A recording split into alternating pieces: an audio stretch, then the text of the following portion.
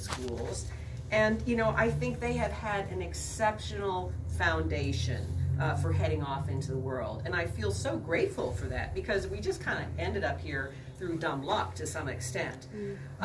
You know, they don't always use their skills, but I know they have good verbal and written communication abilities. They can think analytically, you know, they can evaluate information, and, you know, perhaps most basically, they have had lots of opportunities to experience a sense of accomplishment where they apply themselves and they can work toward goals. So in essence, they believe that they can do that. They believe they have the right to do that too, I think, which is a really interesting difference. So my kids have all, my youngest is in college now, my other two have graduated. None of them went to the prestigious schools that everyone in Sharon feels like they desperately need to go to. And they're doing fine, they're doing really well. So in contrast then, so I've worked as an adjunct professor, that's why I'm at 3 places. For the past 12 years, I'm trained as a clinical psychologist, so I teach psych courses. I'm both at Bridgewater State University and also at Stonehill and Wheaton colleges. So I see a wide range of college preparedness among all my students in all these schools. Trust me, even though they're kind of thought of differently. But, you know, I see it mostly in my students at Bridgewater, which is interesting to me. Some of those students that I have at Bridgewater are really fabulous, really talented, are there because that's what they can afford or that's what they know. It's a regional state university. It serves largely students in southeastern Massachusetts.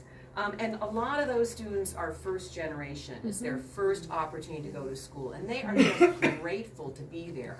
Now, they're kind of at a disadvantage because they don't know how to negotiate the system so well. They don't have parents who have done this before who can educate them and teach them about this.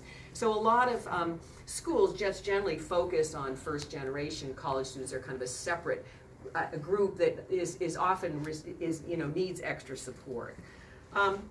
But I want to say, when I first started teaching, I was just really startled by what some of my students did not know. They lacked, and what I assumed was the most basic fundamental information. Things like how to punctuate a sentence. I used to read, well, no, don't want to tell you that. But, you know, seriously, I mean, I don't want to share that. You know, it was painful to read this stuff because they just kind of, I think a lot of them had no clue. They just kind of sprinkled some commas in the middle. And they didn't end the sentence with a period. And it's so hard. Even these kids who have really good things to say, I can't understand what they're trying to tell me because they don't know how to communicate what they're thinking. And so, you know, this is where I really started thinking that these kids who come in without a good foundation in the first place are so far behind before they even before they even get started, and it's really through no fault of their own. They have, you know, they're just, you know, working from such a deficit, I guess. Even though, you know, people have tried to help them. You know, I think it's interesting to me because if you're a kid in Sharon, you go to Bridgewater State University, you're considered a failure. You know,